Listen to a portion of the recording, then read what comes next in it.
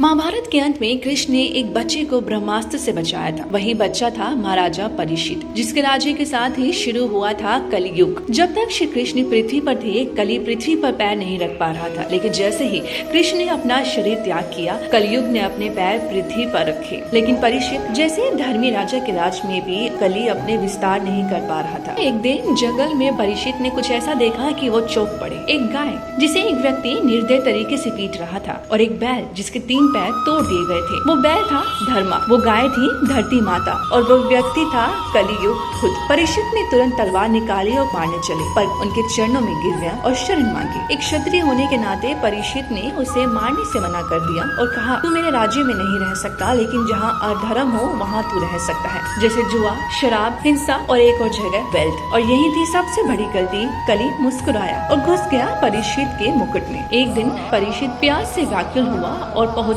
ऋषि शामिक के आश्रम। ऋषि ध्यान में थे और उन्होंने राजा को कोई जवाब नहीं दिया। राजा अपने अपमान के गुस्से और काली के प्रभाव में आकर ऋषि के गले में एक मरा हुआ सांप डाल दिया, और यही अपराध उनकी मृत्यु का कारण बना।